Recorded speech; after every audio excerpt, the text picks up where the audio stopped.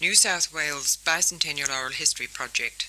This is Jenny Salmon talking with Mr. Robert Chandler at Walcha on the 14th of May 1987.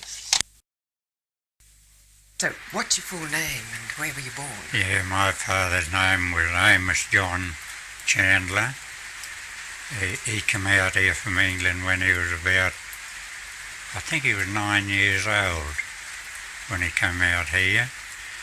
And he married, in the first place, he married Sarah Jane Jackson.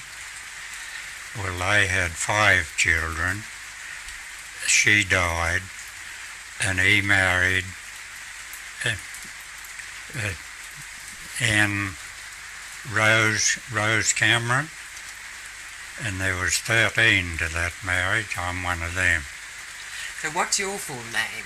Robert Chandler, and I was born 1901. Whereabouts? At, I'd say it would be at Brackendale, because we didn't have much transport at those times. Wherever it was going to happen, it just happened. Was it called Brackendale then? It wasn't Brackendale then, no, that it was Round Swamp. But actually the school that I went to was called Tyre School. But there was 2 Tyre schools. There were one we went to, and the one at Tyre Diggings. They were only about 3 or 4 miles apart. But I think there was about 50 children went to the Tyre Digging School. I went to the other one, the Upper Tyre one they called it. There was about 42 went there. That'd be about 1910 or something like that. It was about the time that King George was crowned, King George V. The coronation, I remember it. I was going to school then. We all got a nice little badge with a red, white and blue ribbon on it. And then after that, there'd be quite a few things happened in between. But then the 1914-18 war come along, and my elder brother went to the war, and I had to leave school to do the farming, like in his place. I had 2 horses and a single furrow plough and a set of harrows. That's about all the equipment there was to do the farming with. Well, I done the farming with that. We grew oats and potatoes and that sort of thing. And my father had the 300-acre block like of land, but it wasn't improved, only just patches here and there. Most of it was covered in scrub. Well, he bred horses for a living. He bred ponies and some draft horses. Of course, there was a big demand for them then, and he got by with that and reared all of his family on that little plot. That was 5 in the first family and 13 in the second. But how he done it, I'll never know, but that's what happened. And my mother done all the housework, like all the washing, and made her own bread. We couldn't get bread from the baker out there, because the mail only ran twice a week, and it was with horses and a buggy. It ran from Walcha to Nowndock. It went down one day on Monday and back Tuesday, and down Friday and back Saturday. How far was it from Walcha? 42 miles from Walcha, that was. Well, he done that twice a week, and the road wasn't all that good those times either. Mostly in the wet time it was all mud, and in the dry time, well, it was just red dirt. But he seemed to get by with it. There was a lot of wet weather those times too. Or if you went 2 or 3 weeks without rain, well, that was a good long stretch. So you can imagine what sort of a picnic he had with a buggy and horses. Anyhow, they seemed to get by.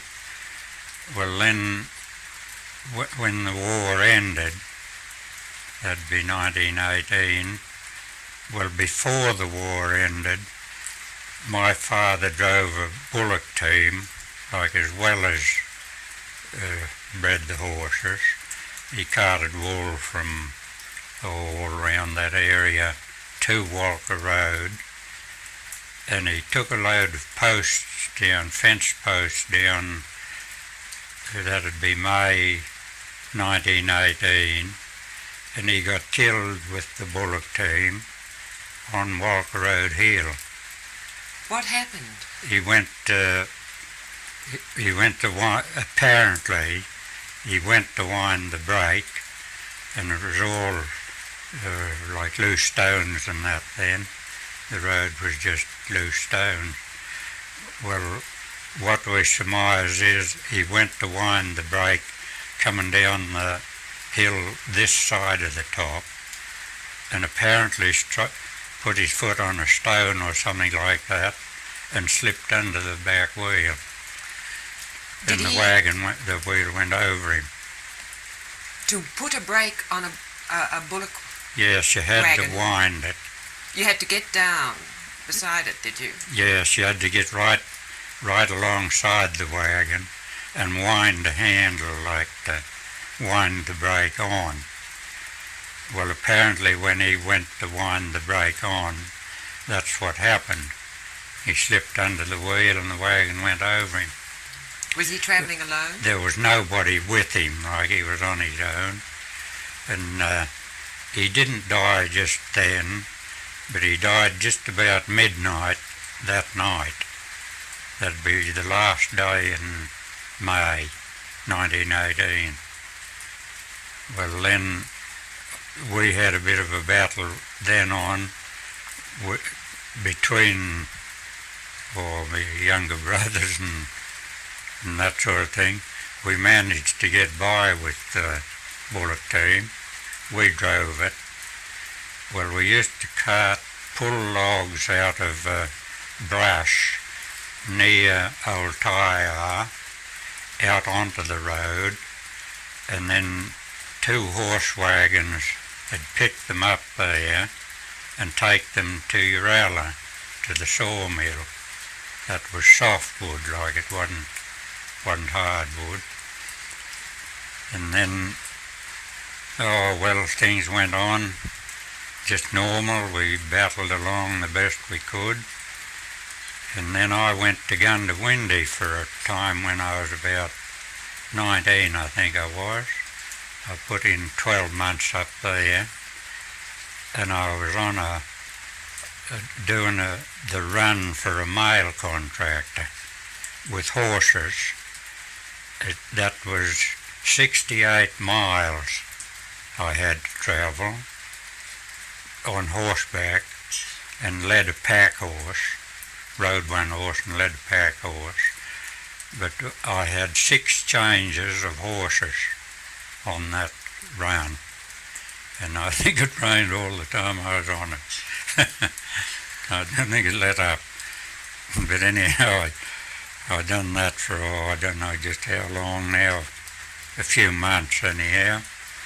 Then I come back to Walcha again, and went potato digging then at Armadale for a man named George Price. He lived out on the Bandara Road.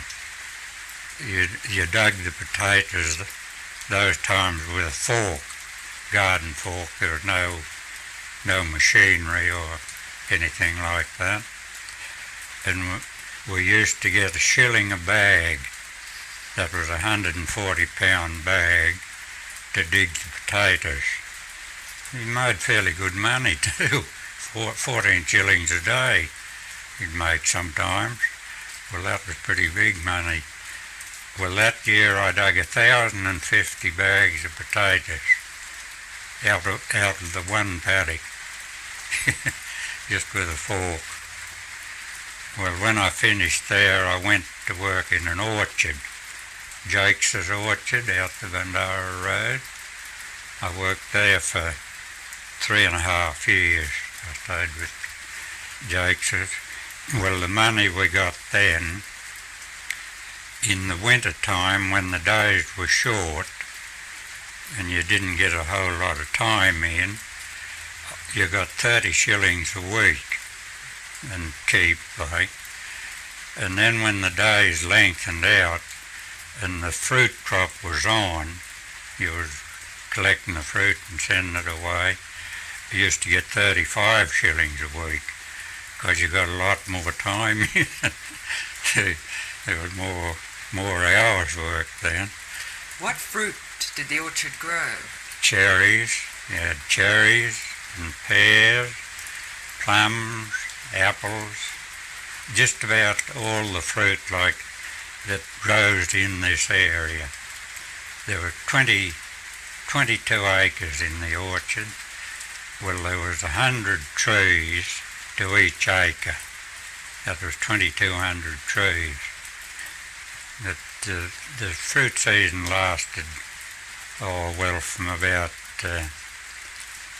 say, early in December till getting into the winter, June or something like that. You get rid of the last of them. What would ripen first? The cherries. Cherries come first. There was 500 acres of cherry trees. But there was a lot bigger orchard than that on the Walcha Armadale Road. It was Jake's too. I never worked in it, but I think there was about 100 acres in the first place, about 100 acres of trees there at Orchard Field. It's all gone now, like that's disappeared altogether. What did you do when you weren't fruit picking? Pick the fruit and then spray the trees in the winter and dig round the butt of the trees, like where you couldn't get up to with a plough. You had to dig that square with a garden fork. I've done a lot of that. Well, then that'd be about, what would that be, about 1919 I think I went there, or 1920. Well, I'd leave there about 1923. I come back to Walcha then and was at Yarrowitch for a time. And then... What were you doing down there? Mostly rabbiting. Rabbiting was the big thing those times.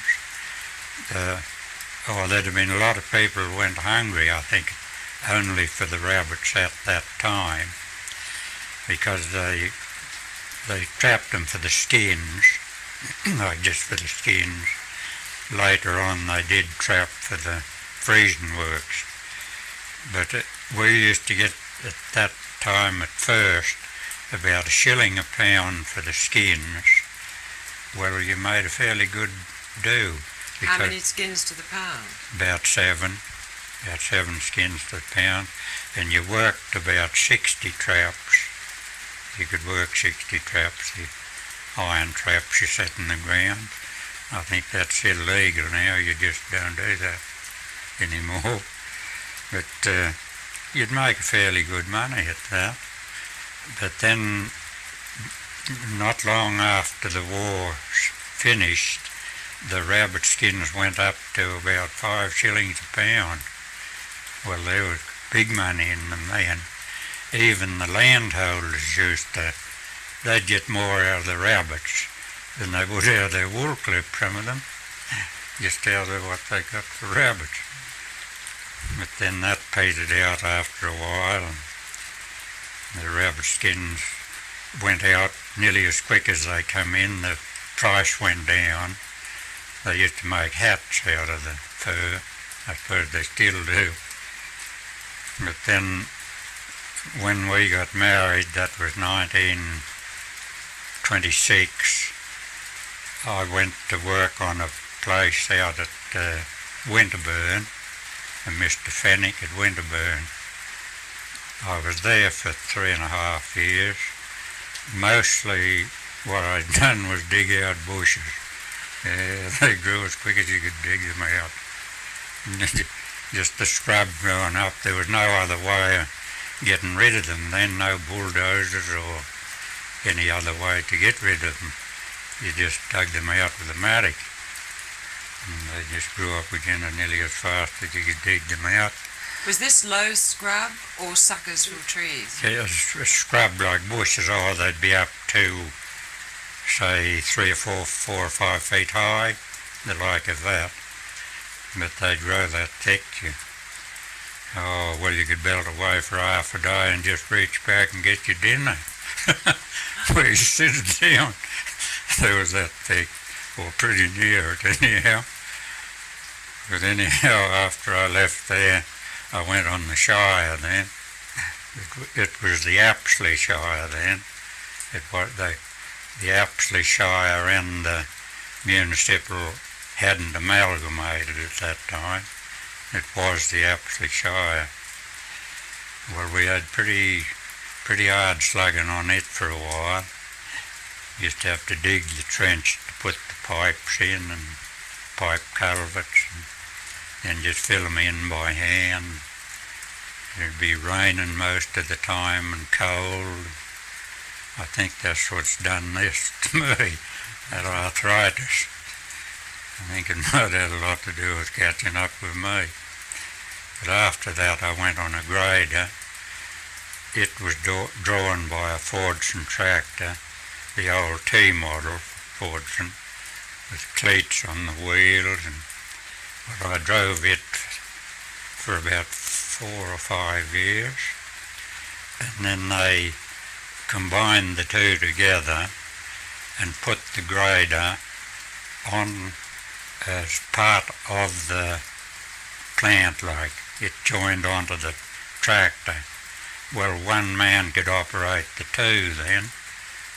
Well, I operated that for 3 or 4 years. And then they got a Caterpillar diesel. That was the first diesel that come to this area. When was that? First diesel motor. That'd be just about the time the war started, 39. The 39 war.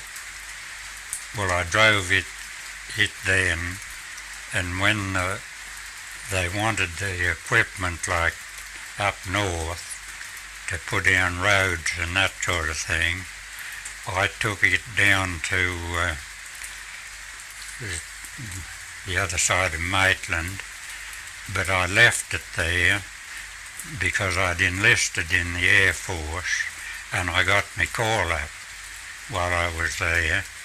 Well, I don't know what became of the grader after that, but I went to Darwin. I went straight to Darwin, practically. I'd be in Darwin less than a fortnight from the day that we enlisted in Sydney. They sent us straight there to put down airstrips, like for the fighters and bombers. I had 17 months up there. That was when the Japs were having a go at it. Well, they didn't seem to appreciate us wanting to put those strips down. They done a fair bit towards trying to stop us, but we got by. Anyhow, it was an experience. It was something that I didn't expect to go through anyway, but we got by all right. It was a bit rugged at times, like the conditions being so hot, a hot climate, and we were working round the clock. Well, sometimes there'd be 8-hour shifts. Well, the plant operators, I was on a grader, would have to work 2 shifts out of 3. Well, it was playing up with us a bit. I was down to 8 stone at one stage, but it didn't hurt me. It might have done me good, actually. Anyhow, I was there 17 months, and then for the last 12 months, when we joined the Air Force, we joined for 12 months for the duration of the war and 12 months thereafter. Well, the 12 months after the war, I put in at Wagga, at the Air Force base at Wagga. I was classed as a fitter then, but I wasn't all that bright, but I got by. And then, you came back to Walcha after that?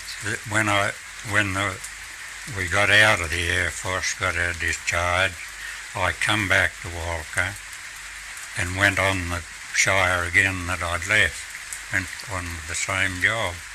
You stayed there then through till your retirement? I stayed there for, I think I done about 3 years on that when I first come back. Then I went on a bulldozer for a private contractor for about 3 years. Well, I got a bit fed up with that, and I went back on the shire then onto the old grader again. And I finished up on the shire in 1966. That was when I got to the retiring age, or pretty close to it. I finished up in 1966.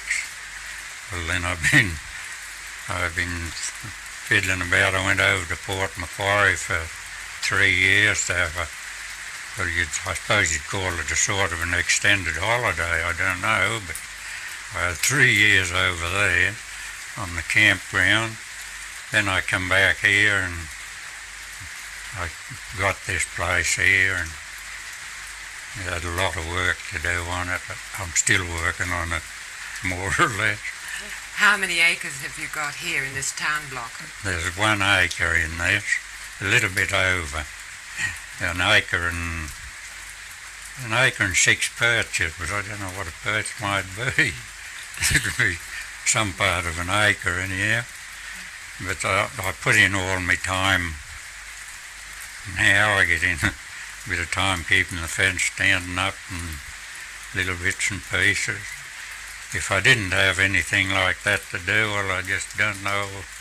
I might go up my rocker or something, or more so than I have been.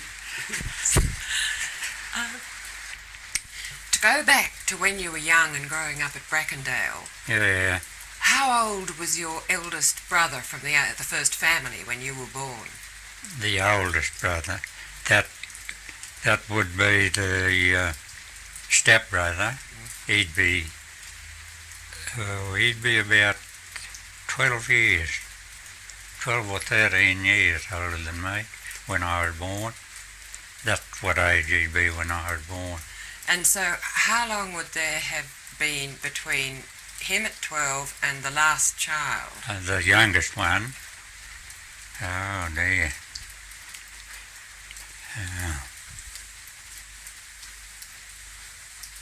Well, what would that make him be? What year would he be born? If he was 13 years older than me, that'd... About 1887? Round about 6 that. or 7? Yeah. That'd be when he'd be born. Well, the youngest one would be born in 1917. I'm not sure whether 1916 or 17. So there was this long stretch of time between the eldest of the first family and the youngest of the second family. Yeah. So were there ever times when all of you were at home together? There would be, yes, there would be early in the piece. See, when my stepbrother's mother died, they still stayed like there until we started to grow up. Of course, when we started to grow up a bit, well, then they were old enough to get married and branch out on their own.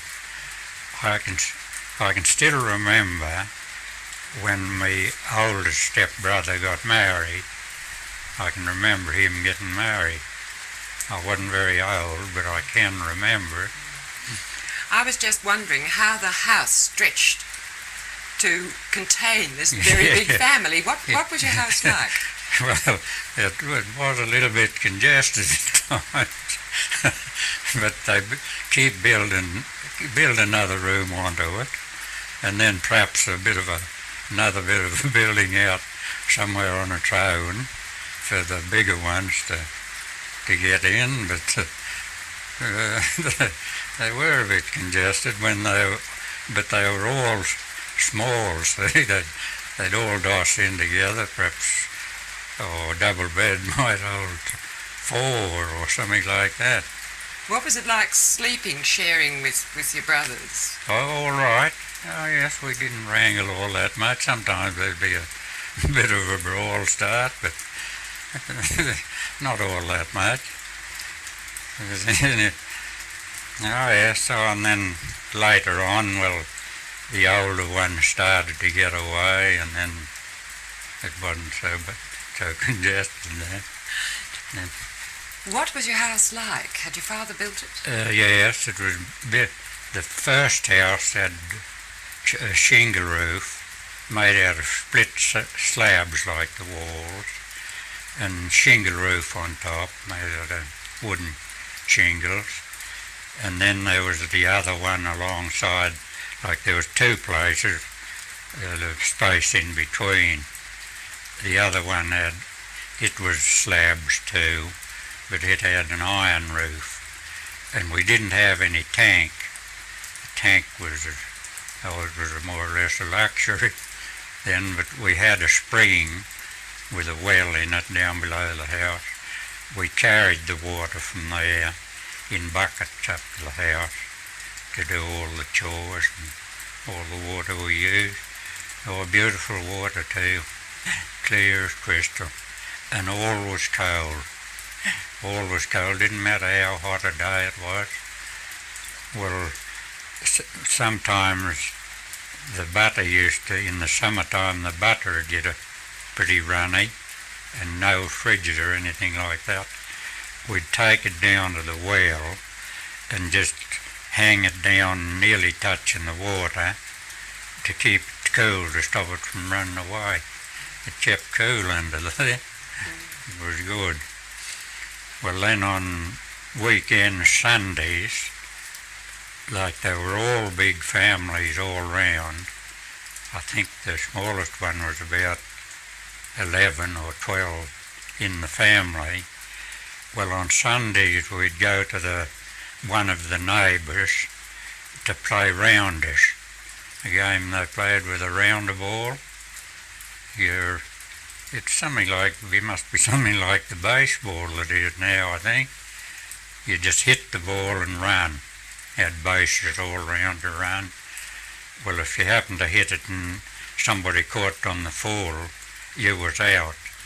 Or if someone picked up the ball and hit you with it between 2 bases, you was out. That was the end. You just went and sit down. And whoever got the most runs round, well, like there'd be 2 teams, well, they won, whichever got the most rounders. Did you play any other sports like that? Did you play cricket? There was no tennis at that time. That was before in the country anyhow, there wasn't. We didn't play any tennis. Oh, they had the games, paddy and that sort of thing. We used to play at school. What was that? Oh, well, you had a base and you run down to somebody that stood away. You run down to him to hit him on the hand, and if one of the opposition caught you before you got there, you was out. You went and sit down.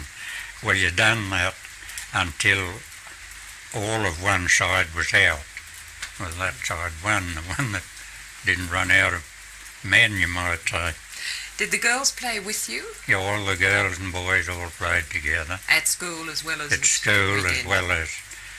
Well, then later on, when they'd be just about to leave school, we'd still go to play rounders. Well, that's just about when your first romance started. The girls and boys would be all about 14 or something like that. Well, you might be lucky enough to get a girlfriend and you mightn't. But it depended a lot whether you got if you happened to have a good horse or perhaps a push bike, well, that was a big advantage. You had the drop on the other fellow a bit because you had a horse. And if it happened to be a good-looking one, well, you was pretty popular. Or if you had a push bike and you were prepared to let the girl learn to ride on it, you was fairly good with her. Yeah, she had a bit of an advantage over the other fellas. But I lost a few of them, though. They seemed to cut me out. What would you do when you took a girl out? Would you just go visiting, or would you go out? Oh, I'd just go picnics? for a walk. Yeah, go for a walk. Or perhaps take her to a dance. Like they had dances. They had a big hall built close handy. Well, they'd probably have a dance there occasionally. You took the girl to the dance, and if you was lucky enough for somebody not to take her off you, well, you took her home again too, but you didn't always do that. It didn't work out. But you had a lot of fun just the time. Were the parents very strict? They weren't always agreeable to set up either. They'd object sometimes to what you had planned. They didn't always work out according to plan. But anyhow, we had a pretty good time. I think those times, even though the going was pretty tough, I think the people were more contented, a lot more contented than they are now, even though they were up against it. You'd go to another person's place, well, you wouldn't be in the race of getting away without having something to eat, or that'd be the first thing they'd ask you, do you want something to eat? Well, on Sundays when we'd go for the game of rounders, the woman of the house, wherever we went, she'd give us tea and cakes or whatever she happened to have. That didn't seem to worry them. But how they kept it up, how the women kept it up, I just don't know. What was your mother's day like? When would she actually start in the morning, and what would she have to do? Well, first of all, we'd milk the cows. They'd have about 10 cows to milk.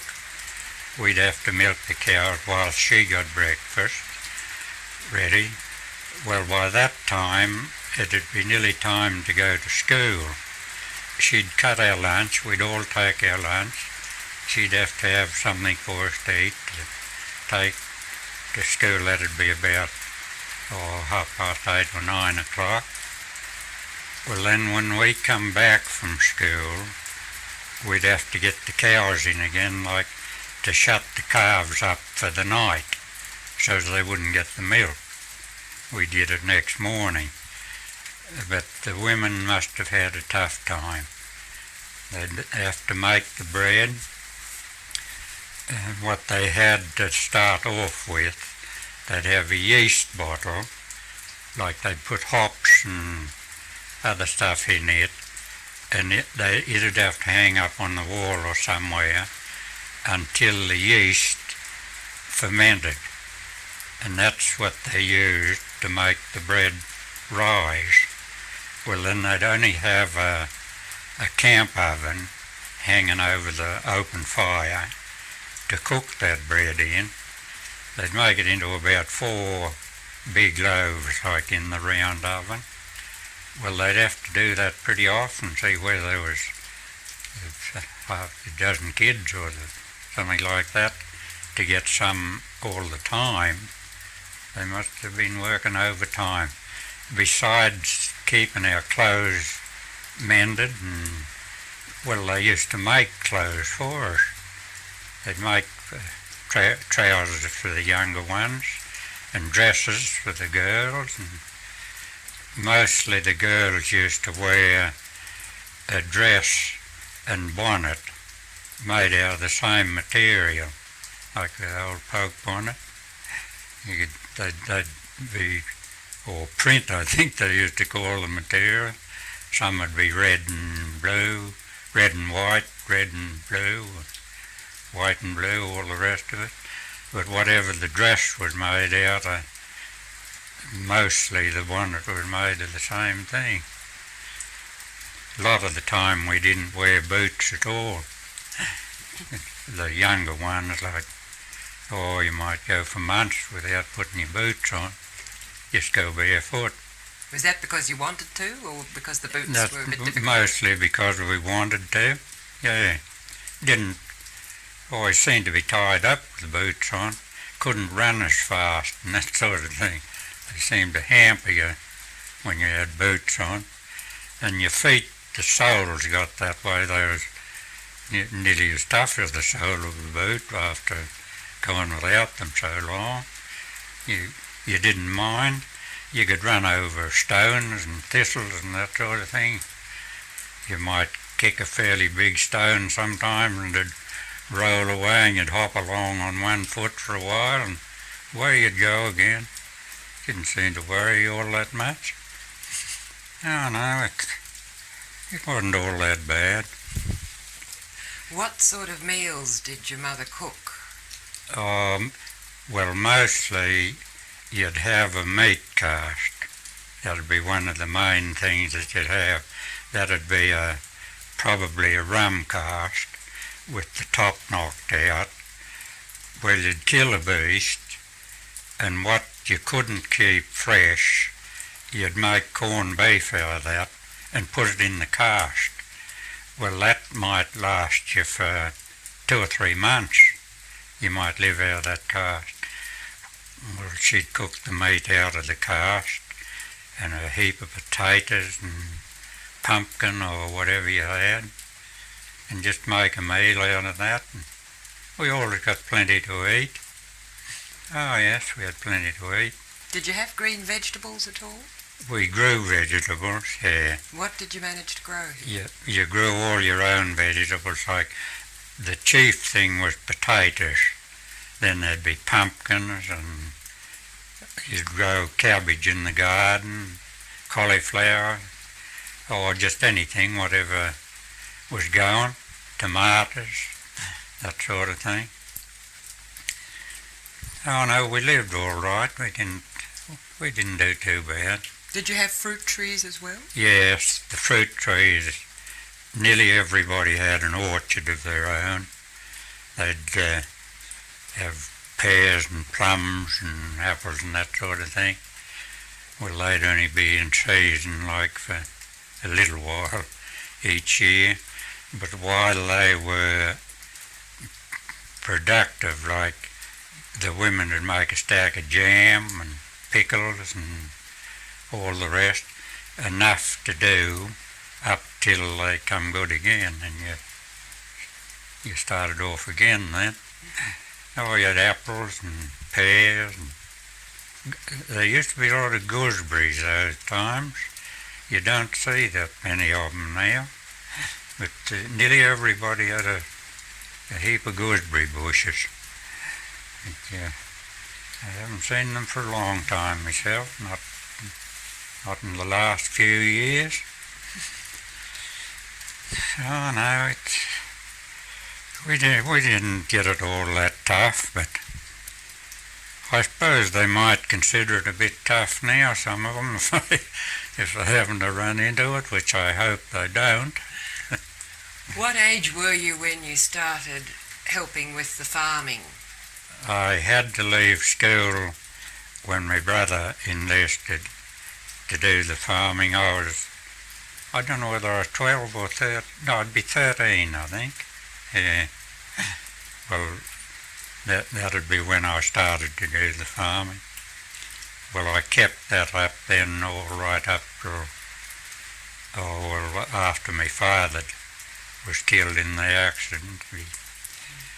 That sort of knocked things out of gear altogether when he went. He wasn't all that old, only 60 something.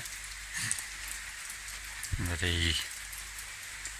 we missed him all right. What was it like ploughing with horses? How would your day start when you were... Well, you hooked the two horses up. Did you have to feed your horses? Yes, you fed the horses. We grew our own chaff, like, and corn and that sort of thing, or whatever you fed them on. Well, you'd feed them day and night, like in the morning, and then again at night. Well, you hooked them onto the plough next morning, and it was only a single fire. There was only one fire to it. Well, one horse walked in the fire, and the other one walked up on the ground that wasn't ploughed, and you walked along in the fire behind the plough and held the handles like you steered it along. It didn't have wheels on it like to stop it from tipping over. You held it up with the handles, and the horses just walked along. They got used to it after a time. You had a job to get the fire horse out of the fire. He just wouldn't leave it. He'd just walk along there and the other one up on the bank. And, well, you only done one fire, round and round, all day. Just that one fire. Whereas they do 20 or 30 now in one hit.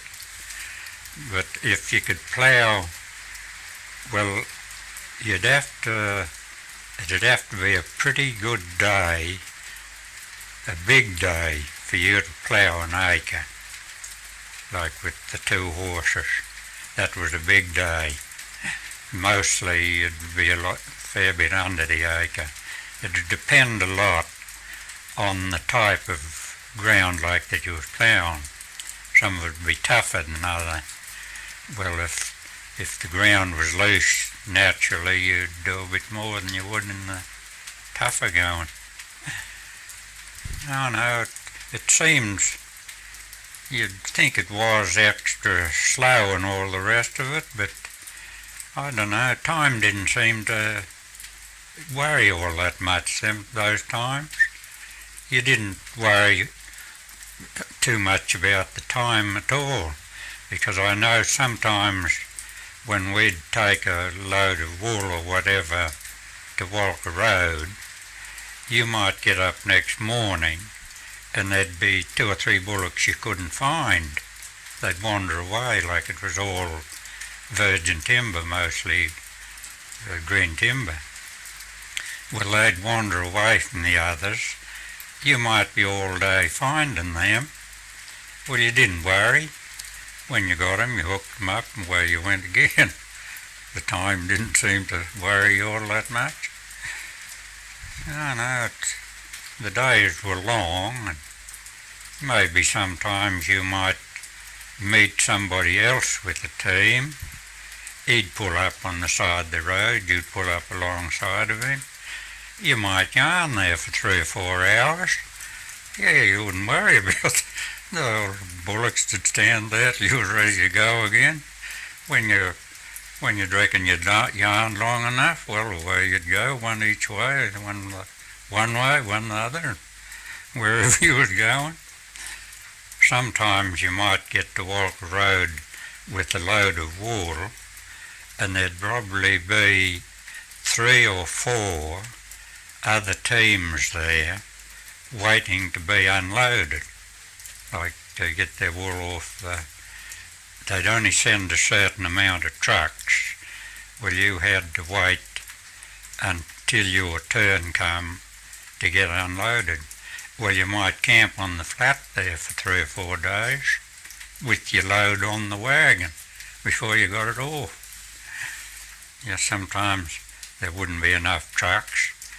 At that time, I think there was more wool shipped onto the railway from Walcha Road than any other station in New South Wales. When was that? That'd be back about 1918, 1920, the like of that. There was a terrific amount of wool went onto the railway line there. Wagon loads after wagon loads. Then the trucks came, like the motor trucks. Well, that made a difference altogether. They could run a load to Walcha Road and back in 2 or 3 hours, where we'd be a week. It took us just about a week to do one load to Walcha Road. How many bales could you carry? About 30 bales to a load. Or some of the bigger teams, like horse teams, they might get up near 40 sometimes, like that. But the bales were heavier than they are now. There was no restriction on what you could put in a bale. A big bale of locks, like just the locks off the sheep, could weigh up to 500 weight. Well, that was only about 4 to a tonne, but they won't do that now. They won't handle them. They reckon they're too heavy. They've got to keep them down to a certain thing now. But those times you just put in whatever you could. Whatever'd go in, well, you pressed it and that was it. How did you handle the bales at each end, from the wool shed and onto the rail truck? Like, you mean... How did you load your wagons? Oh, just loaded by hand.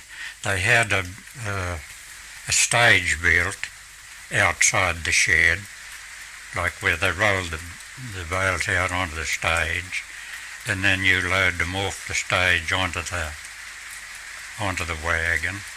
Well, when you got to Walcha Road to unload it, you pulled up alongside of a stage again, and it was about level with the load, like it loaded off that onto the stage, and the trucks that would be on the other side of the stage, the railway trucks, you loaded it into them. Did you have to do the actual loading into the railway trucks as well? You done that yourself. The other fellas that would be there, the other teamsters, they'd all help each other, see? Well, I'd help you, you'd help me, and then there was the railway man himself, the porter, that was checking the loads. He'd be helping too. But before you unloaded, you drew onto a weigh bridge, like a weigh bridge to weigh the wagon and the wool. It was just weighed all together, and then when you unloaded, you drew your wagon over the weigh bridge again and weighed it. Well, then they knew how much the wool weighed. They'd just take off the weight of the wagon. You know how much wool you put on the railway. Oh yes, it was. I suppose it's different now. I wouldn't know how. Well, most of it goes now by truck straight to Sydney or Newcastle or whatever. Yes, they don't even use the railway so much. Goes by a road. Railway is a ghost town now, the Walcha Road. The trains do pull up there, passenger trains, but one time it was a really busy place, Walcha Road, really busy. When did motorised transport first come to this area that you remember? The motor, like the trucks that carted the wool. Oh, you mean the motor car altogether? Well, the motor car and then the trucks. Yeah. When was that? Well, I wouldn't be real sure about this, whether it's the first motor car that come to Walcha District or not. I've got an idea that the first motor vehicle to come here was a motor buggy. It wasn't a car, it was a buggy. What was that like? It was like a buggy similar to a buggy that you put the horses in, like to drive, only it had a steering wheel and a motor. The wheels were similar to the wheels on a buggy, only I think they had a solid rubber tyre. Well, it was nearly the same shape as the old horse buggy. I think Billy Fletcher out here at Langford, I think he had the motor buggy. I do remember seeing it, but I'd be only terrible small when I come to Walcha once with my mother. And then the motor car come after.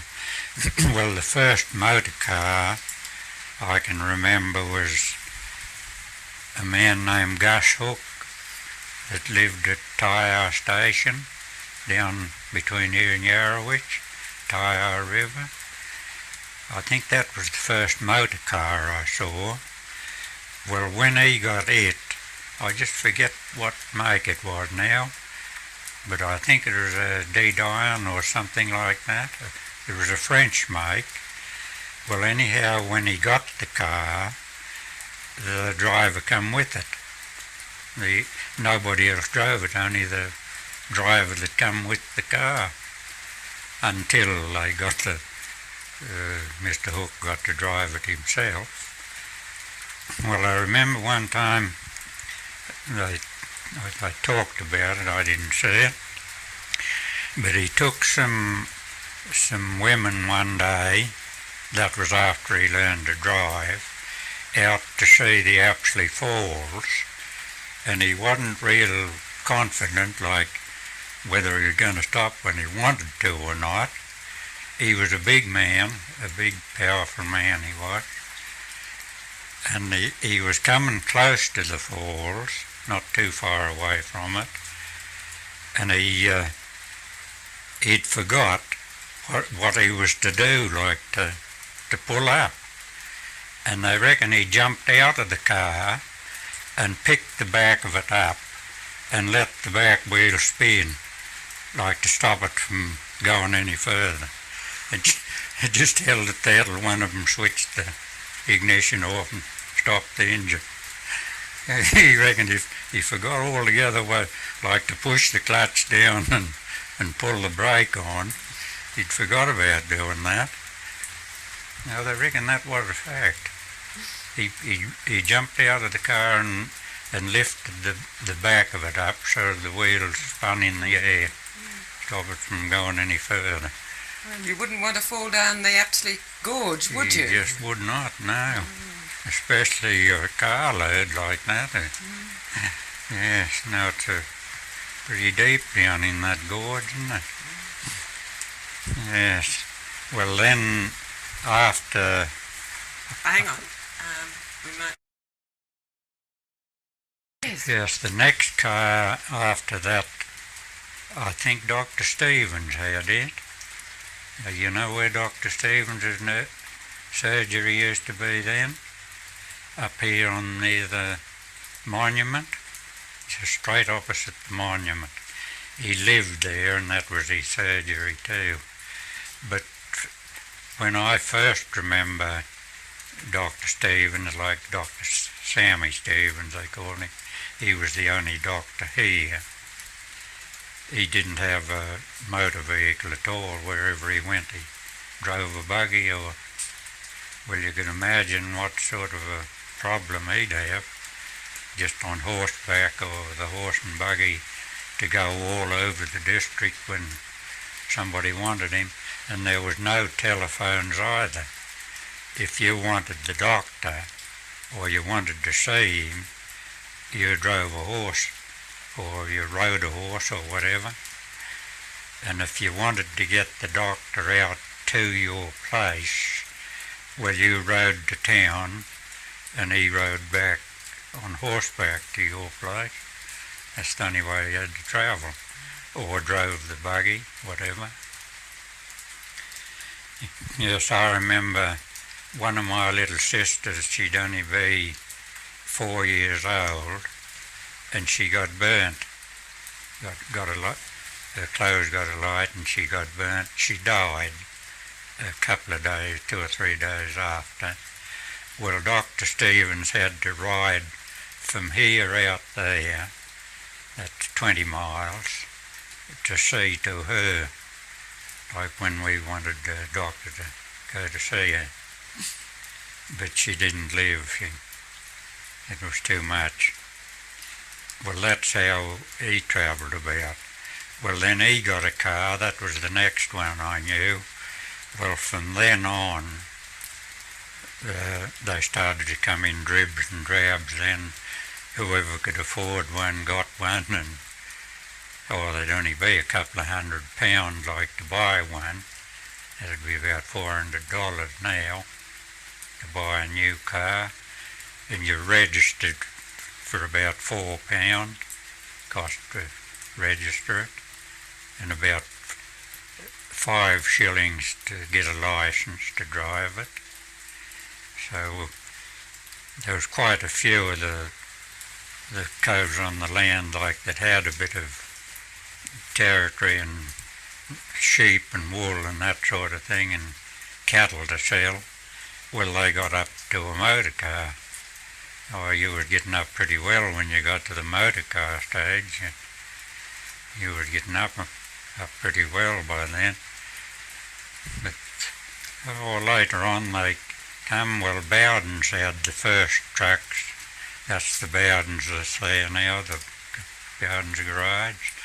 They had the first trucks to cart wool that I can remember. I think it was a Thornycroft or Albion or something like that, some English make anyway. Whenabouts would that have been? That'd be about the time the war ended, the First World War. 1918. Roundabout from then on. Bowden's had coaches as before. Bowden's had the coach, the horses, like the horse-drawn coach. They run from here to Walcha Road, old George Bowden. He used to drive from here to Walcha Road and back every day to meet any train, like any passenger train. Yes, he done that every day with the horses and the coach. Well, then when the cars started to come in, they'd be the first ones to have a motor coach. I just forget what it was now. I think it was I can't think of the name of it now. But it carried about, it had about 4 or 5 seats in it. It was built like a car, like these old cars, and it was long and had about 4 seats in it. You had to carry about a dozen people or something like that. Well, Bowden's were the first one to have that. Well, they kept that going up till, I don't know when they knocked off with the motor coach like the Walcha Road. It'd be, I just wouldn't know now. Not all that many years ago, though. Well, that's the same Bowden's garage as what's there now. And it was Charlie Bowden. The Gibsons run it now, like they'd be descendants of Charlie Bowden. But he was the first fellow that ran it. But old George Bowden used to drive the coach, and then his son after him. I can remember that well. They had the stable just up there on top of the hill. Did you ever travel in the coaches? I never travelled in it. I never got round to that stage. I was a bit young then. Well, when did you first travel in a motor car or a lorry? The first ride I had in a motor car was with Mr. Murray.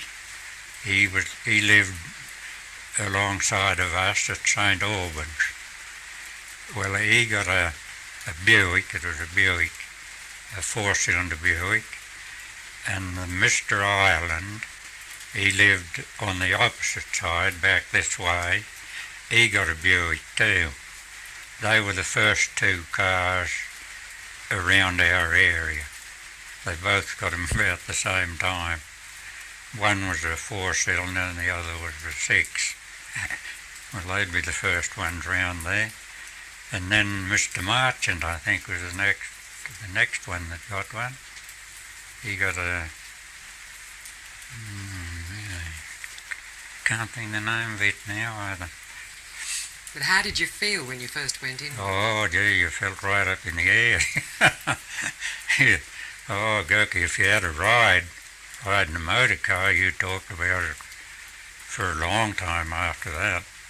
Especially if you happened to get a ride to Walcha and back, well, oh, that was a big event.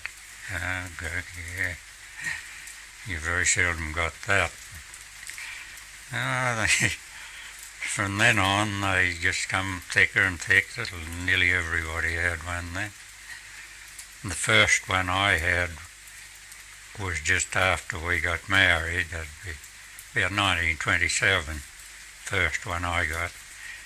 It was a 1923 model Buick. I had a lot of trouble with it though. It come from Sydney, and I think it might have been used as a taxi down there, and it was worn out, that's all. I had a lot of trouble with it. But from then on I had an Essex next, 28 Essex. Then I had a Model A Ford, 29 model Ford. And then I had 2 or 3 Dodgers, 6-cylinder Dodge, 4-cylinder Dodgers, 26 models. I've still got a 29 model out in the shed, but it's in good going order now. I get it out occasionally and give it a run round the block. I can't go out on the street with it because I got no license. I had to hand my license in last time. How much did those cars cost you? Well, that car that's out there, that'd be a 1929 model. I remember when it was bought. I remember the woman that bought it. It would be about £350 then. Well, that was pretty dear for a car then. You could buy a 4-cylinder Chev or a Model A Ford for a bit over 200. They'd be £200. That's about what they'd be then. Well, how did you afford them? Beg your pardon? How did you manage to afford them? Because that was a lot of money. Oh, well, you couldn't buy one straight out. I worked on the Shire. Well, that was fairly good wages on the Shire. At that time, we got about £5 a week. Well, I think I got £6 a week for driving the tractor. That was fairly big money. Well, you paid the deposit on the car and then paid it off, so much a month. Oh, that was the only way you could get it. You couldn't buy one straight out. You wouldn't at any time have enough money to buy a motor car. No way. But, buying them that way you got by.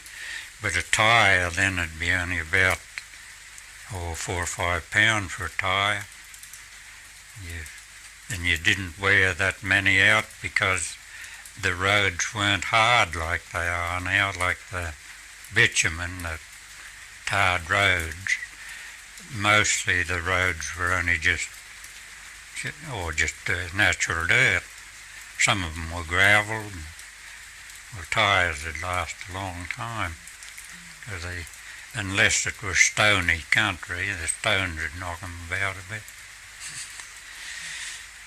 Oh no, you seemed to manage. You got by all right, paying one off.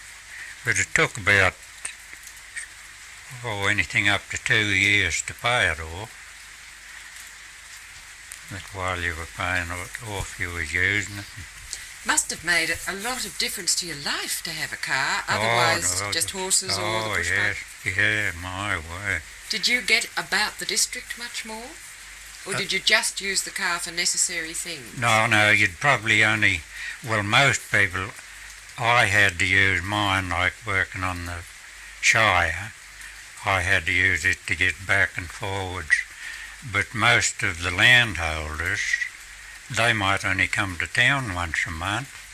Yeah, the car'd probably be in the shed for a month, and that wouldn't be driven. Well, you could imagine it'd take a long time to run the mileage up.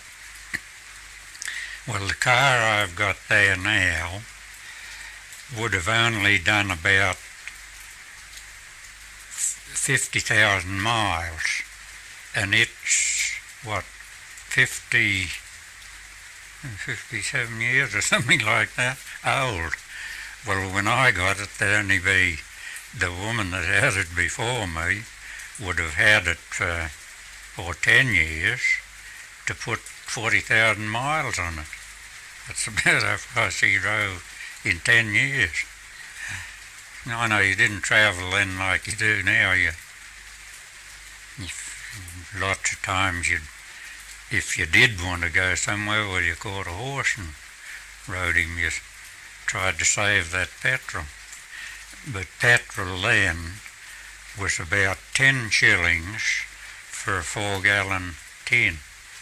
You got a 4-gallon. It nearly all come in tins then, 4-gallon tins.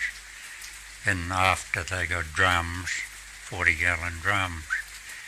But it'd be about 10 shillings for a 4-gallon tin. How far would they go on a gallon? Oh, around about, say 20 miles. Yeah. The heavier ones, the big 6-cylinder ones, they might only get about 18 or some of them, it'd probably only do 16 and the like of that. They wouldn't go as far then on a gallon of petrol as they will now. You go further now on a gallon of petrol than you would then. They used a bit more. I know they were a bit tough on petrol, the heavier ones, but the trucks that they carted the wool with those times, the first ones that come out, they had solid rubber tyres. They didn't pump them up, they were just solid rubber. But they were rough, oh dear, on a rough road. They'd nearly shake you out of them like on a rough road, the solid rubber. I remember that the first two that the Shire had, they were two Thornycrofts. Well, they were trucks that was used in the First World War for transport over in France. They come from there to here. The Shire bought them like army disposals after the war. They were two tip trucks. One of them had a patch in the bottom. They were steel floors. It had a patch over a hole in the bottom of it where a piece of a shell went through it when it was being used in France.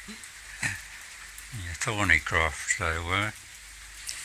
How many bales could those early trucks carry compared to the wagons? Oh, they could carry, like the bigger ones, could carry pretty near as many bales as you'd put on the wagon. But now, they tell me they get up to 100 bales on them now, like the big semi-trailers and like that.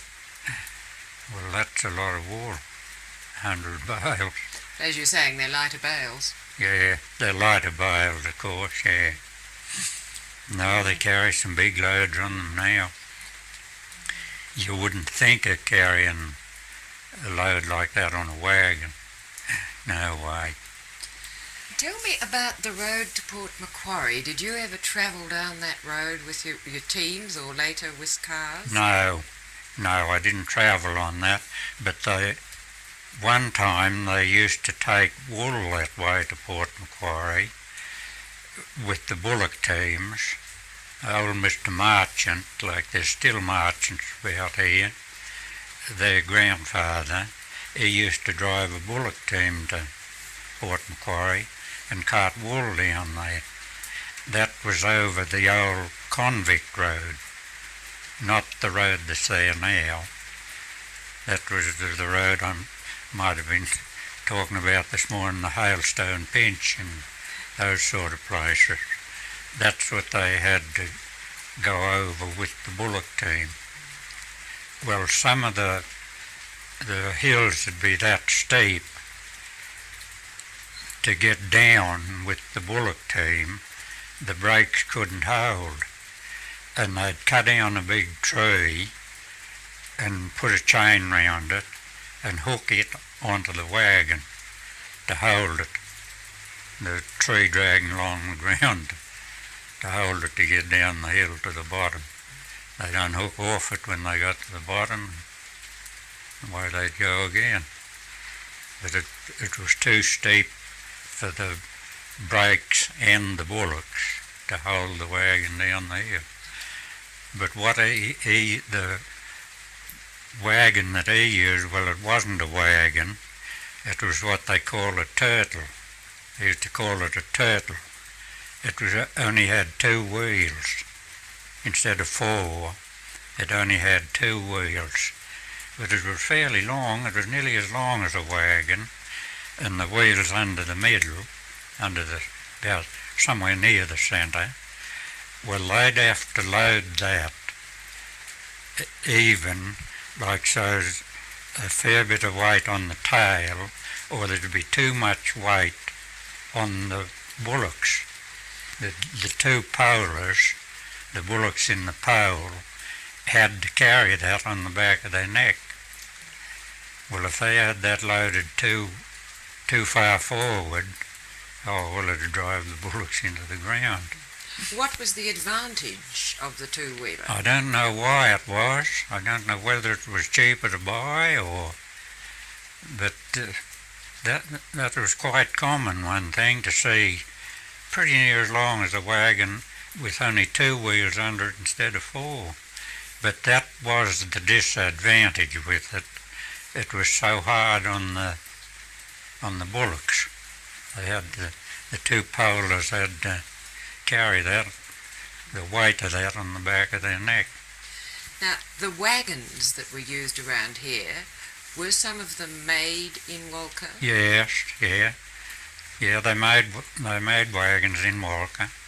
What were they? Can you describe them? They had 4 wheels. Like the 2 back wheels were bigger than the 2 front ones. Well, the front ones were smaller.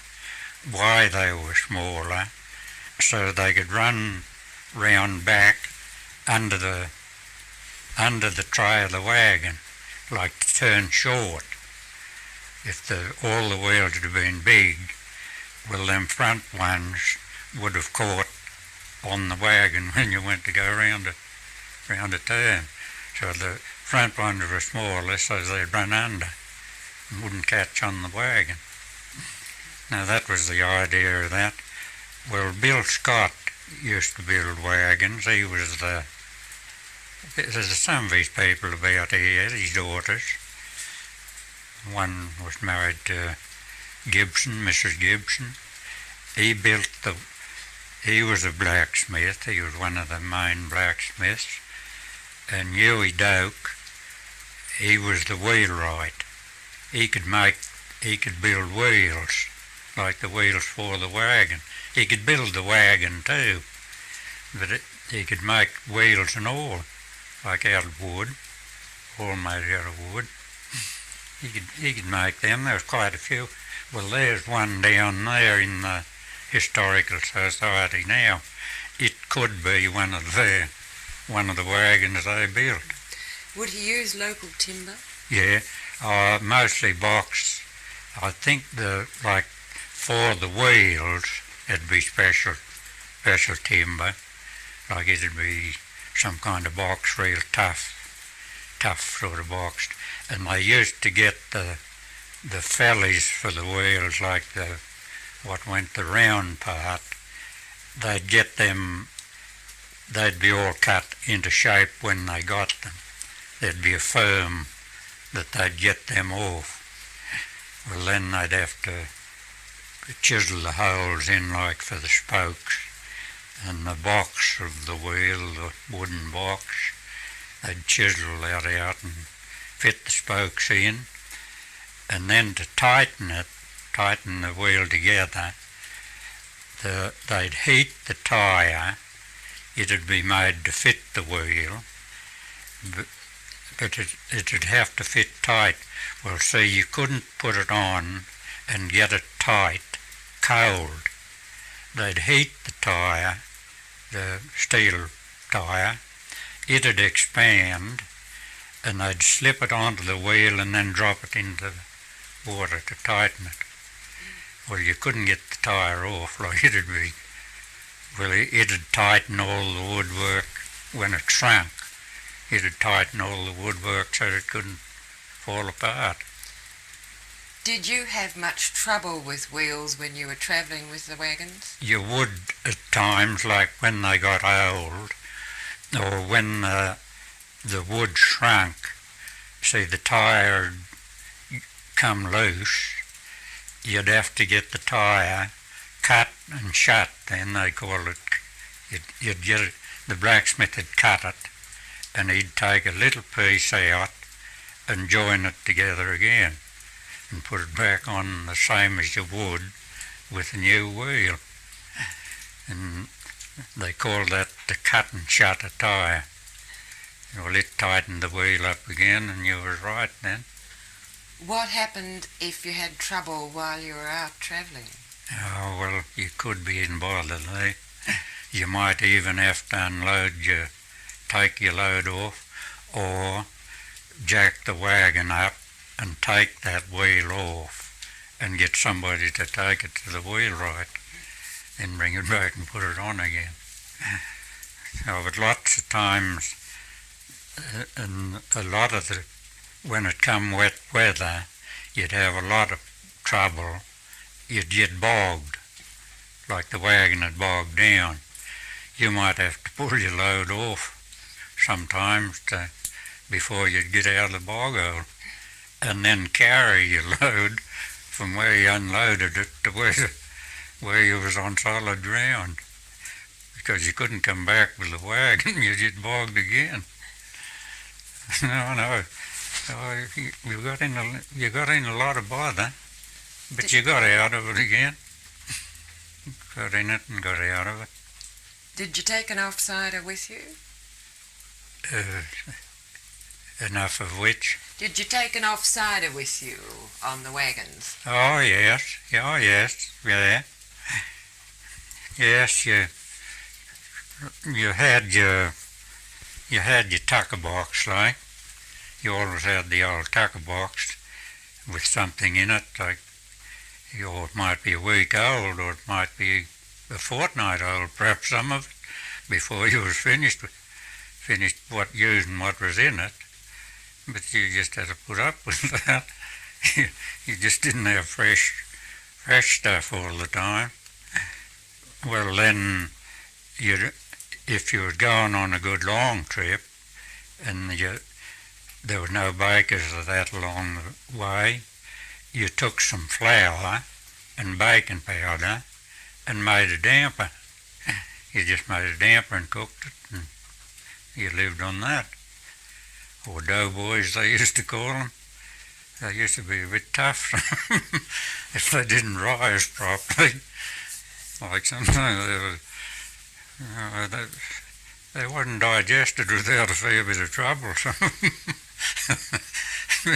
But they stuck to your ribs all right. They kept you alive anyhow.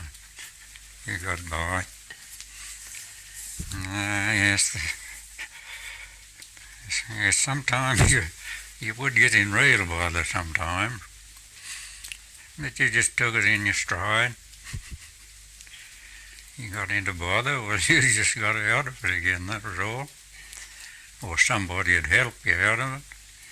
That was one thing, you'd always get help. Like if you was in bother, somebody come along, it didn't matter if it was going to delay him a day, he'd stop there till you got out of trouble. Oh no, you didn't just drive past a man in bother and leave him sitting there. No way. That's what I say. I think people were more friendly and contented than what they are at the present time. One tried to help the other, and well, you done that automatically because you knew it was going to be your turn next time to get in bother. Well, you helped him because you knew he was going to help you later. Yes, it cut both ways. You just started off with This is the roads around Walcha. yeah.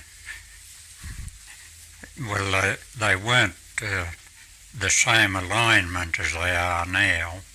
You just went wherever you could get, sort of thing, fairly easy. They'd regularly be out like in amongst trees and all the rest of it. They weren't, the alignment wasn't like it is now. They've cut lot of the curves out. And another thing, the roads for when the horses and wagons and that sort of thing, it didn't matter how much you built them up, like to shape them to send the water off. That didn't worry you all that much. But when the cars come, if there was too much crown on them, well, underneath part of the car, one wheel would be over there, say, and one there, and the crown underneath, it'd be too high for the car to go over it without scraping on the ground. Well, when the cars started to, a lot of motor traffic started to come, they had to cut that crown down, like, and make the roads more flatter. I don't think the high crown actually had much advantage, even though they did it, because the water got off just the same with the low crown as it did with the high one. But you didn't, maybe there would be a big tree in the road that was going to take a lot to shift it and get rid of it. Well, instead of doing that, it was too much work. You put a bend in the road and went round that. Well, then, when you got round it, you had to put another bend in it to get it back onto the line again. Instead of having one bend in the road, you had two. But they done that.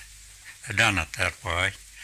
Or probably you'd have to alter the road where you'd like to go, because there was a boggy patch there, and you was going to be in a lot of bother. You'd have to fill it up with rock or whatever, so as you wouldn't get bogged, so the traffic wouldn't get bogged. Well, you'd probably have to go around it, see, to save having to do all that work. Well, you could imagine what the alignment would be like in the road to get, we'll say, from here to Brackendale. You'd probably travel 3 or 4 miles further than you would now to get round all these bends. They'd be pretty big bends. And they'd go round, instead of putting a cut in the mountain and taking the soil out and taking it somewhere else, they'd go round that mountain to save having to do that. It saved a lot of work, but it put a lot of bends in the road. But the boggy patches were the worst, getting over them, and slippery patches. Like some places there'd be a lot of clay. Well, when it got wet, even with the wagons and the horses, they'd slip and fall down on it and that sort of thing. Well, if they could manage it, had enough money to do it, they'd cart gravel and gravel that patch. They'd just gravel that patch and leave the rest of it the same as it was.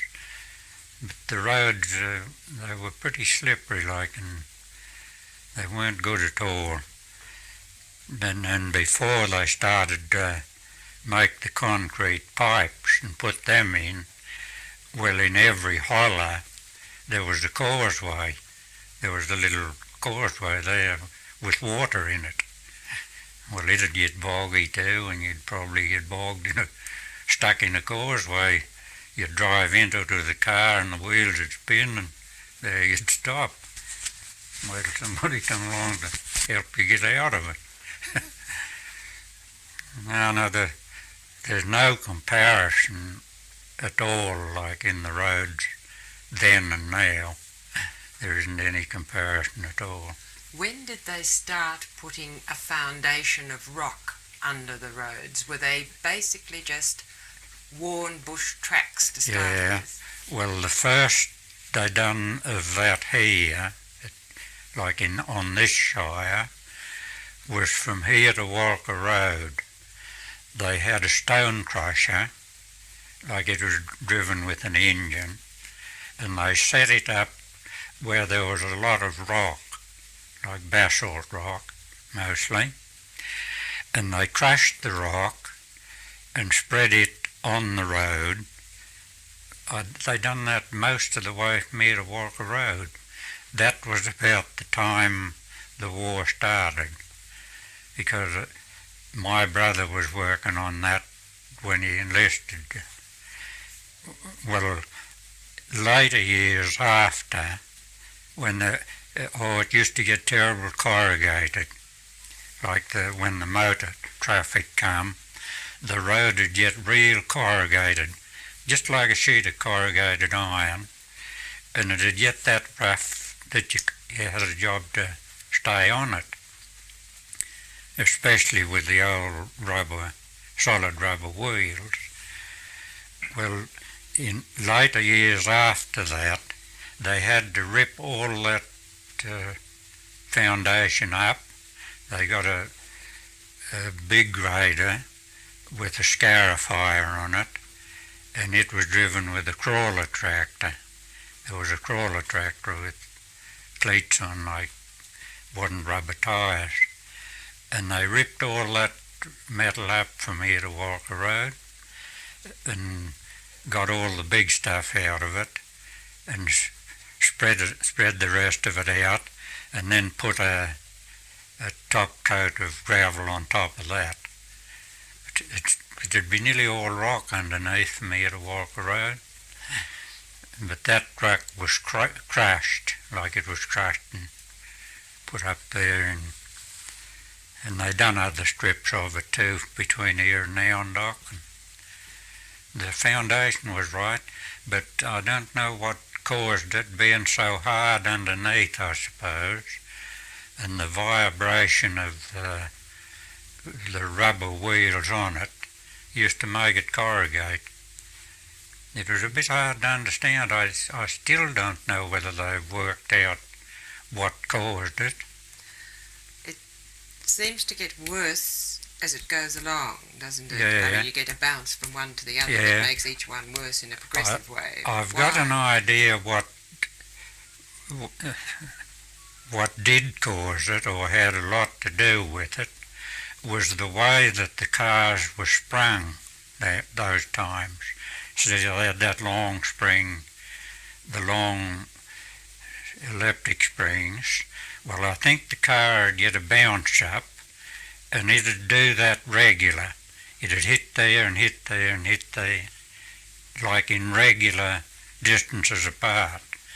And then when it started to get corrugated, well, I think then the wheels had hit harder and it'd corrugate quicker till it kicked all the dirt out of these corrugations. Now, it was a bit hard to understand why I think that was the case, is because you don't see the roads corrugated now like it was then. So there must be some difference in the way the cars are sprung, like the underneath part. I think that must have a lot to do with it. Did it take long for the Shire to get all these radiating roads? Because there are quite a lot of roads that go out of Walcha. Did it take long for them to get a decent base? It took a long time. Yeah, it took a long time. There was over 600 miles of roads in the Shire. Well, they had to tackle that all in one go, you might say, to make them what they are now. It took a good many years, like from when they first started to improve them to the standard they are now would be about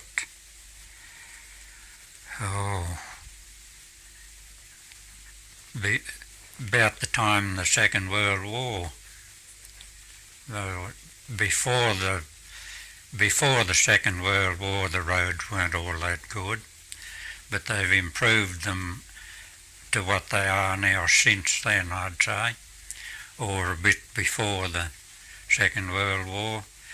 Most of the causeways, like where the water crossed the road, they've got rid of all of that. There's none of that at all now. There wouldn't be a causeway, I don't think, in the Walcha Shire now, not that I know of. They've got rid of all that. Well, they had to do it in stages because they didn't have the money to tackle it all at once, or probably didn't have the manpower either, or the machinery. But they've got round to it pretty well. Yeah, they've done a pretty good job, I think, in the last 40 years. The Department of Main Roads rebuilt the road between Walcha and Port Macquarie. Yes, yeah. And that was in about 1927 onwards? Well, one time the Walcha Shire, or the Apsley Shire as it was, had control of the road from Congai down here to the Shire boundary. The Apsley Shire and the Walcha Shire done that. They looked after that. Now they don't. The DMR attends to all that. The Walcha Shire's got nothing to do with it. But at that time, when the Walcha Shire had control of it, they had to improve that too. They had to keep it up to DMR standard. But they don't have to do that anymore. The DMR undertook that reconstruction. Yes, yeah. And then handed it back to the Shire. No, the Shire doesn't control it now. No, but back after the 1920s when the port... Oh, you mean down from Walcha to Port Macquarie. Yeah. No, the DMR done that, and then the Shire took that length of it over from Congai to the Shire boundary. But the Walcha Shire didn't have any control over it beyond the Shire boundary, that down what they call the Myrtle Scrub, the other side of the Myrtle Scrub. Well, they went down here to Congai. But when they reconstructed it again from Congai to the Shire boundary, the DMR took it over again then. See, and they done that.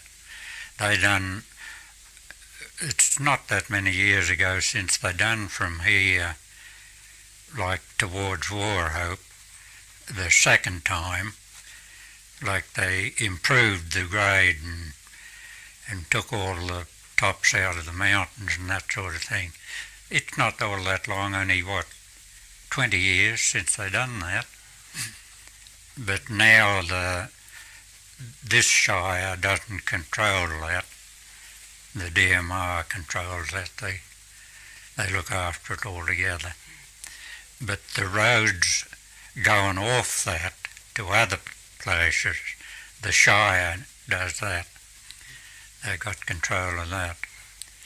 And they've done a lot of work between Nowendock and going down towards Gloucester, down that way. They've got a lot of that to do now that they didn't have before.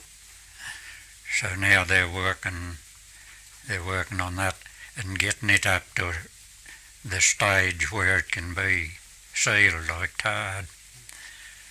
No, it's better that way, but back we'll say about when the end of the Second World War, I don't suppose there'd be more than,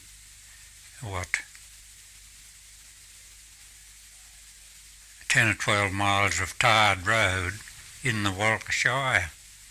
Out of the 600 miles or so that existed. That's all the tarred road that there'd be. So it's changed completely since the Second World War. Altogether in the Walcha Shire, and that'd be between here and Walcha Road. And that was tarred not the way they do it now. You done it by hand. They put little heaps of sand all along the edge of the road, and they heated the tar in a big tank, build a fire around it, and boil it, and then you got it out in a pot or whatever, and smeared it along the road, and the cove with the shovel smeared the gravel over it, the sand over it. For miles they done that. Of course, it took a long time, but they did eventually get it done. They might only do a section, say, 200 or 300 yards long or something like that. Well, then that might have to stop that little bit till they got some more money to do another 200 or 300 yards. It was now all done by hand. It didn't come out of a spray and run along the road. You put it there. When did they do that bit? Beg pardon? When did they do that bit of tarring by hand? What year, you might say? That'd be between the two World Wars. That'd be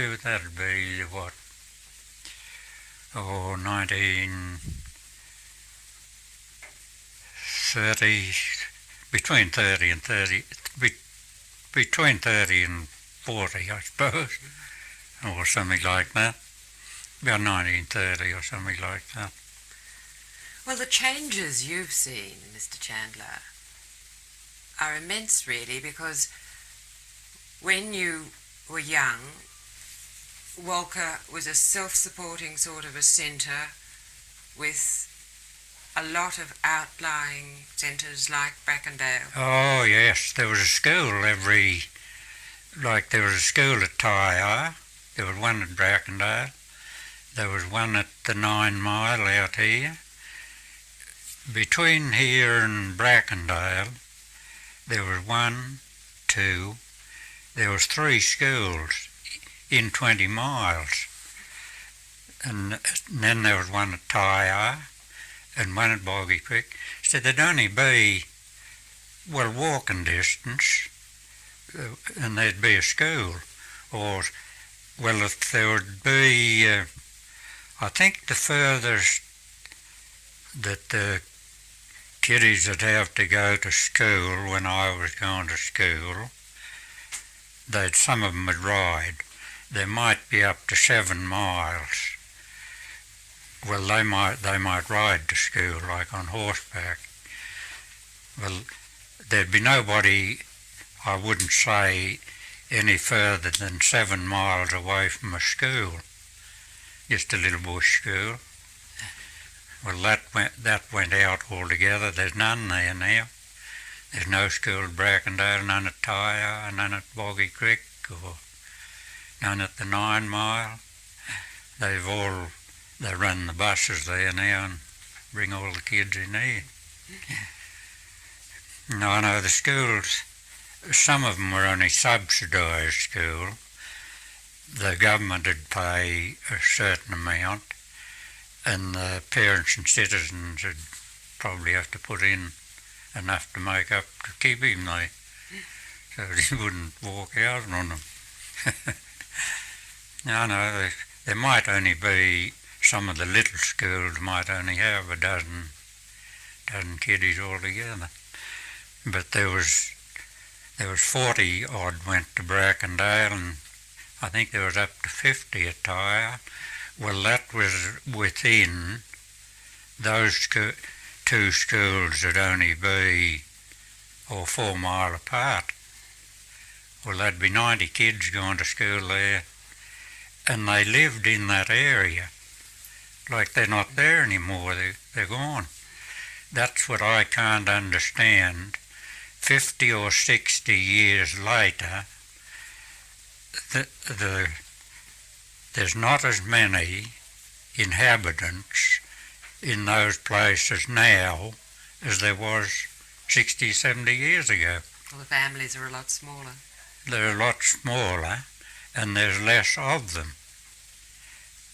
Now, you take Brackendale, you go out to Brackendale, and what's there, 1, 2, about 4 or 5 families live there.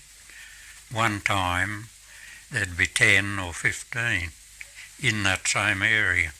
And each of those families was able to support itself from its own land? Yes, yeah, they got by. And work within the district? They worked. Some of them had jobs, like some of the men had jobs to supplement their income a bit, but a lot of them didn't. They just made a do off the place that they had, perhaps 300 acres or 500 acres or something like that. But they made a living off it without any other income. Of course, they could breed horses and sell them then, and there was a big demand for horses and that sort of thing. And no, they seemed to get by. That was, they lived partly, or a big part of it, off the land itself. What they grew, they used. I can remember when we used to grow wheat out there, the place we had on, we'd bring it into Walcha, the wheat, and the mill had grind it into flour. They'd take their share, we'd take the rest home. There was no money changed hands at all.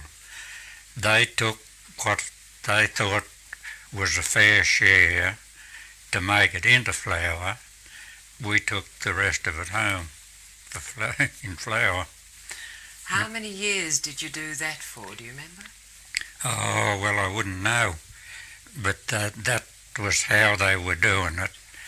As far back as I can remember, that'd be that they done that.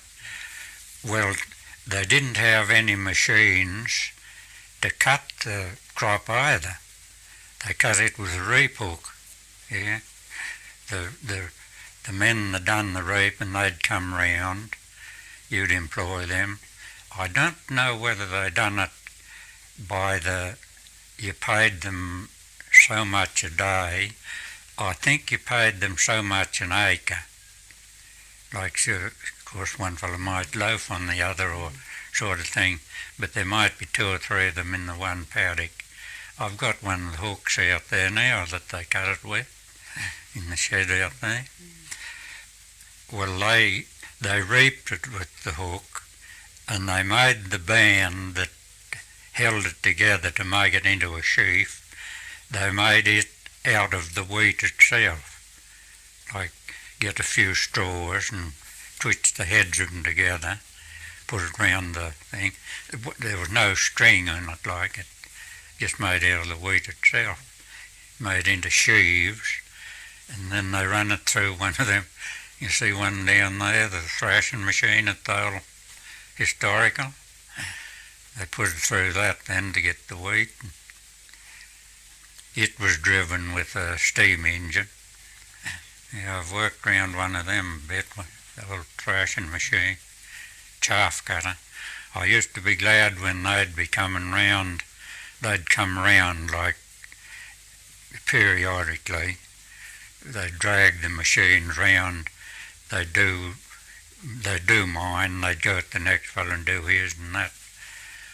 Well, when I was going to school, I used to be glad when the chaff cutter and the thrasher was coming, because I'd have to stay away from school to draw the water with a horse and slide to keep the steam engine going and cart wood to feed it. So I'd probably get a week off school while the chaff cutter and the thrasher was handy, carting the water. You know, we used to bring the wheat in here to get it ground into flour. So you were really almost completely self-supporting? You were dependent on the land to make a living. You depended on it and got by on it. Did you ever want to have your own land? I did have 28 acres. I would have liked to have. After the war ended, I tried pretty hard to get a settlement block, like a settlement block, but I just wasn't lucky enough to draw one. I would have liked to have done that, but I did have 28 acres out at Round Swamp at one time, Brackendale. Oh, it was handy too. I used to make a fair bit off it. I had sheep and I'd grow my own potatoes. After I left the shire, I grew a couple of, before I went on the pension, I grew a couple of crops of potatoes to sell them, like to make a living. You know, there was fairly good money in potatoes if you got a good crop, but lots of times when you had a good crop, everyone else did too, and the price was no good. Yeah, you probably feed them to the stock or something like that. Well, it certainly sounds as though you've had a very interesting life indeed. Oh yes, well, that's how you lived, and you took it for granted. You didn't try to think, oh well, I'd like to have a motor car before you could. You just didn't worry about a motor car because you knew you couldn't afford it. You didn't have the money, so therefore you was contented with the way you was, just with the old horse and cart or whatever. You didn't worry about a motor car till you got into the position where you could manage it. You just lived that life, and that's all there was to it. No, you didn't worry. Well, but if you had to go through it now, the same, I think he might find it a little bit tough. I think he might find some pretty tough patches, I think. But anyhow, I'm quite happy with the way it went. I haven't had all that many real tough snags to contend with. I might be a bit luckier than a lot more. A lot luckier than a lot more. Well, thank you very much indeed.